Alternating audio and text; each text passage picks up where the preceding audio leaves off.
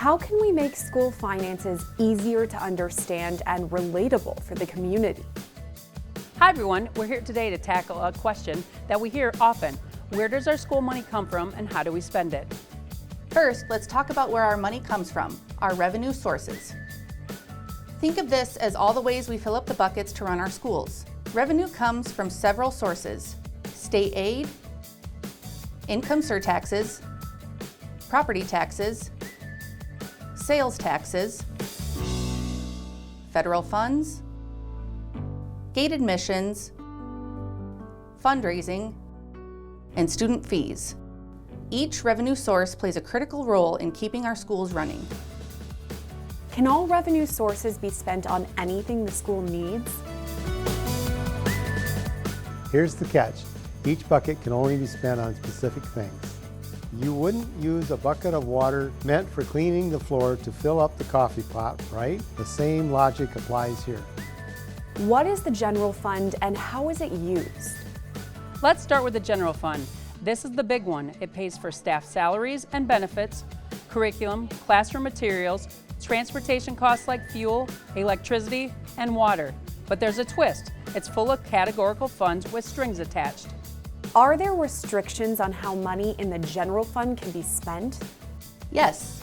For example, special education funds must go towards supporting students with special needs. Teacher Salary Supplement, TSS, funding helps compensate teachers. We even have funds for early intervention programs, dropout prevention, and talented and gifted students. Think of it as a bucket with smaller compartments inside. What happens if there's leftover money in a categorical fund? They allow us to repurpose unused categorical funds. Even that comes with rules. What does the PEPL fund pay for and what are its limits? Now let's look at the PEPL bucket. This bucket is all about the stuff that schools need. Our building repairs, buses, technology, and equipment. It's like the toolbox for our facilities. But here's the thing, it cannot be used for salaries or classroom supplies. What is the SAVE fund and how is it different from the PEPL?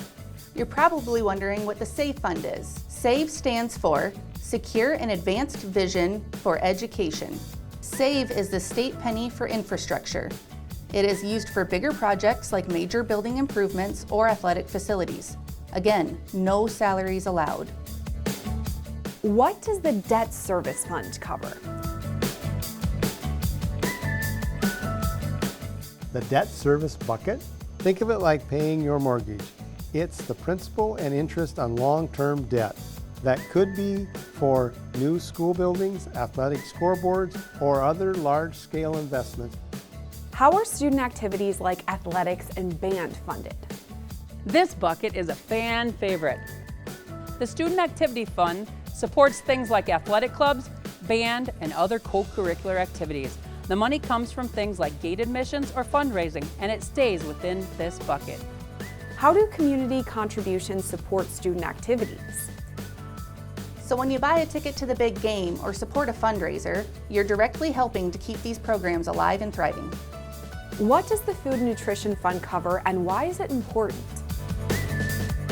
And let's not forget the Food and Nutrition Fund. This bucket ensures our students are fed. It covers everything from food to nutrition, staff, salaries, and kitchen equipment. Without this, lunchtime wouldn't happen.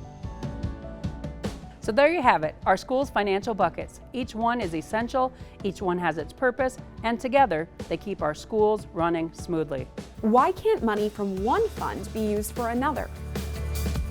Remember, just like you wouldn't mix up your coffee bucket with your mop bucket, we can't mix funds. It's all about following the rules to make the best use of our resources. Thank you for supporting our schools and helping us keep these buckets full. When we work together, our students win.